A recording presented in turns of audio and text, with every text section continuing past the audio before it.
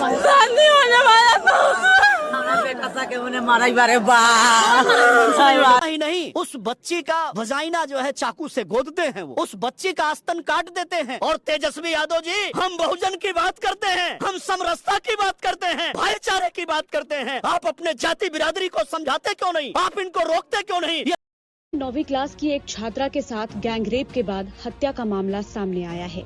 आरोपियों ने लड़की के प्राइवेट पार्ट पर चाकू से कई वार किए हैं और स्तन काट दिया। 15 अगस्त 2024 को देश ने 78 इंडिपेंडेंस डे मनाया, यानी कि हमारे देश को आज़ाद हुए 78 साल हो गए। लेकिन आज़ादी के इतने सालों बाद भी हमारे देश में महिलाएं सुरक्षित नहीं है। ये सबसे बड़ा सवाल खड़े करता है।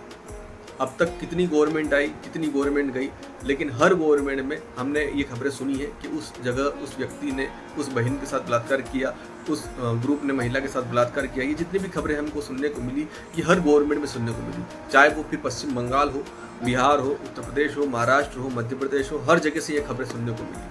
अब बात ये आती है कि जो घटनाएं होती है ये किस वजह से हो रही है। क्या हमारे एजुकेशन सिस्टम में कोई कमी है? क्या बच्चों को बचपन में ही ऐसा एजुकेशन दे दिया जाना चाहिए जिससे लड़कियां खुद को प्रोटेक्ट कर सकें और लड़के ऐसी घटनाएं करने से बच सकें? क्या हमारे देश में और बेटर एजुकेशन सिस्टम की ज़रूरत है? आज इस वीडियो में हम इन्हीं बातों पर डिस्कस करेंगे और आपको साथ में ये भी बताऊंगा कि कोलकाता में ट्रेनिंग डॉक्टर के बाद मुजफ्फरपुर में किस तरीके से एक 14 साल की लड़की के साथ बलात्कार हुआ और उसके अपराधी कौन है। तो आप वीडियो अंत तक देखें और उसके बाद आपकी जो भी राय हो, आपका जो भी सुझाव हो इन अपराधों को कम करने के लिए, वो कमेंट सेक्शन में कमेंट करके जरूर बताएं। तो शुरू करते हैं आज में। क्रीमिलियर लागू हो, इस लड़ाई को मैं पिछले कई सालों से लड़ रहा हूँ। सड़क से लेकर सुप्रीम कोर्ट तक इस लड़ाई को लड़ा है ताकि इन जैसे वनवासी बच्चों को आरक्षण का पूरा फायदा मिल सके। मैं स्वयं इनके बीच में जाता हूँ, शिक्षा और सनातन संस्कृति के प्रति इनको जागरूक करता हूँ। अगर आप भी मेरे इस अभियान में जुड़ना चाहते हैं, अगर साथ देना चाहते हैं, तो ये मेरी जानकारी है। आप मुझसे जुड़ सकते हैं, बात कर सकते हैं और सहयोग कर सकते हैं। धन्यवाद।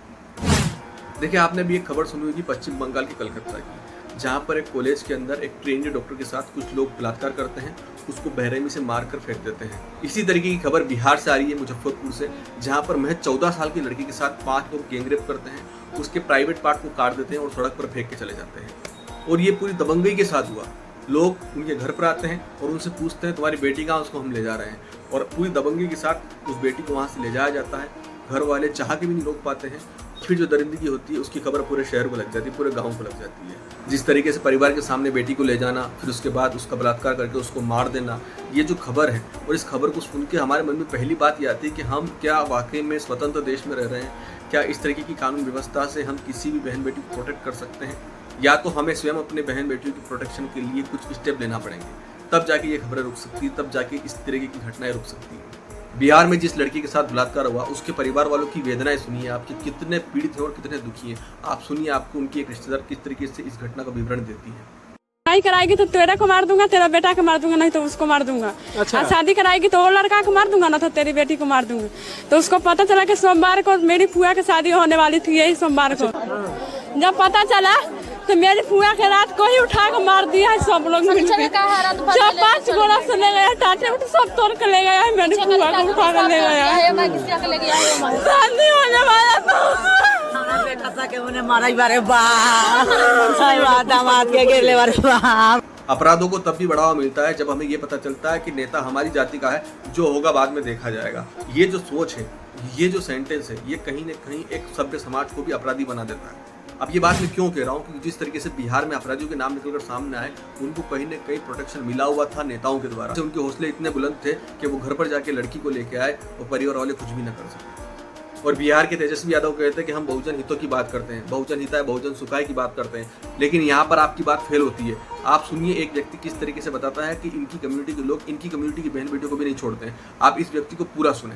गांव के यादव समाज के बदमाश हैं, गुंडे हैं, और इसी समाज की बच्ची है, उसको ये लोग जो है पहले से छेड़खानी करते आए। जब नहीं मानी तो उसको रात्रि में उठा के लेकर जाते हैं, उसका सामूहिक बलात्कार करते हैं, रेप करते हैं। अरे इतना ही नहीं, उस बच्ची का वजाइना जो है चाकू से गोदते हैं, वो उस बच्ची का आस्तन काट देते हैं। और तेजस्वी यादव जी, हम बहुजन की बात करते हैं, हम समरसता की बात करते हैं, भाईचारे की बात करते हैं। आप अपने जाति बिरादरी को समझाते क्यों नहीं? आप इनको रोकते क्यों नहीं? ये जुर्म अत्याचार क्यों हो रहा है? हम दलित दलित हैं, आप पिछड़े हो, लेकिन पिछड़े के नाम पर आप हमारी बहन बेटियों का ऐसे क्यों रेप और मर्डर करोगे? हमारी बच्ची का स्तन काट करके उसके गुप्तांग में चाकू डाल करके आप क्या दिखाना चाहते हो? कहना क्या चाहते हो? आप समाज में दहशत बढ़ाना चाहते हो। इसी मुजफ्फरपुर में बालिका आवास गृह कांड भी हुआ था। इसी मुजफ्फरपुर में 45 गरीबों की बच्चियां उस बालिका आवास गृह में पढ़ाई करती थी। किसी एजेंसी को जब शक हो गया, जांच किया गया, प्रेगनेंसी टेस्ट करवाई गई, 45 में से 42 बच्चियां प्रेग्नेंट पाई गई। हम बच्ची का फोटो देखकर, उसकी सीन देख करके हमसे बर्दाश्त नहीं हो रहा है। आप इस पर कुछ करो,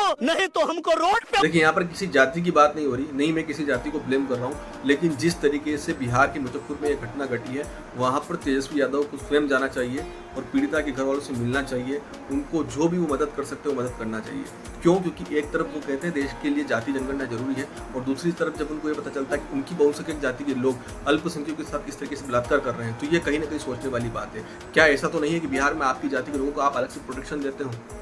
इस वजह से उनके हौसले इतने बुलंद है कि वो घर जाकर लड़की उठा के ले आते हैं और उसके साथ बलात्कार करके उसको मार देते हैं। अगर आप इस तरीके के गुंडा राज के समर्थक नहीं है तो आप पीड़ित परिवार से मिले, उसको जो भी सुख सुविधाएं दे सकते हैं दे। हालांकि आप उनकी बिटिया तो उनको वापस नहीं दे सकते, लेकिन वहां पर जाके थोड़ी संवेदनाएं तो व्यक्त कर सकते हैं, और जो भी अपराधी है उनके लिए कड़ी से कड़ी सजा की आप मांग कर सकते हैं। अब मैं आपसे पूछता हूँ, देश के हर कोने से ये खबर आती है, लगभग एक दिन में 80 से ज्यादा बलात्कार होते हैं पूरे देश में। मैं आपसे पूछता हूँ, क्या इन अपराधों को रोकने के लिए सरकार के साथ साथ हमें कुछ कदम नहीं उठाना चाहिए? क्या अपनी बहन बेटियों के लिए, अपनी माताओं के लिए हम सुरक्षा के लिए कुछ नहीं कर सकते? बिल्कुल कर सकते हैं। हमें एक ऐसे एजुकेशन सिस्टम की जरूरत है जिसमें ये बताया जाए कि बैड टच और गुड टच क्या होता है। लड़कियों को ये बताया जाए कि आपको कोई घूर रहा है, आपके साथ कुछ तरीके का बिहेवियर कर रहा है, तो आप पहले ही सचेत हो जाए, और लड़कों को विशेषकर ये बताया जाए कि आप महिलाओं के साथ किस तरीके का व्यवहार करें। अगर ऐसा एजुकेशन सिस्टम हमारे देश में होगा, हर राज्य में होगा, तो मुझे ये उम्मीद है कि हमारे देश में जो घटनाएं बढ़ रही है कई हद तक कम होगी। अच्छे एजुकेशन सिस्टम के साथ एक कड़ा सजा का प्रावधान भी होना चाहिए, ताकि भविष्य में कोई ऐसी घटना घटती है तो अपराधी उस अपराध के कृत्य के बाद जो उसकी सजा है उससे डर जाए, यानी कि सजा का इतना भय हो कि कोई ऐसा अपराध हो ही न देश में। आपका क्या मानना है? कमेंट सेक्शन में कमेंट करके जरूर बताएं। मिलते हैं नेक्स्ट वीडियो में।